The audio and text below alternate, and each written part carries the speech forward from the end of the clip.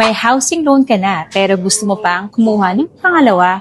Pwede pa ba? Meron ka pang binabayarang housing loan ngayon. Pero, gusto mo pang kumuha ng isa pang property. Possible bang magkaroon ng second housing loan? Ang sagot, possible. Pero hindi ibig sabihin na automatic approve agad ang loan. Kahit may existing housing loan ka na, tinitingnan pa rin ng mga financing schemes kung kaya ng salary mo kumuha ng isa pang loan. Dahil ito'y additional financial commitment. For one, tinitingnan ang payment history mo. Isang chinecheck is kung updated ba ang current loan mo at bayad ito on time. Dahil kailangan malaman kung updated ba ang hulog mo. Consistent ba ang payment mo?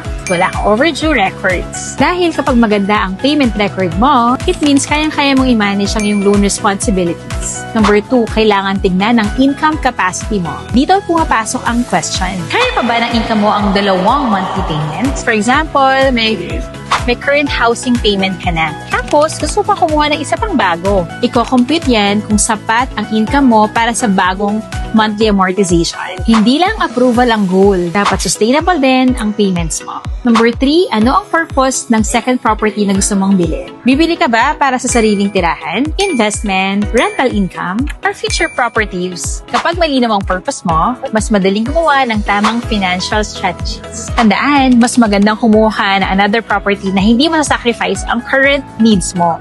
Importante na kaya-kaya mo tong bayaran at makakatulong sa long-term goals mo.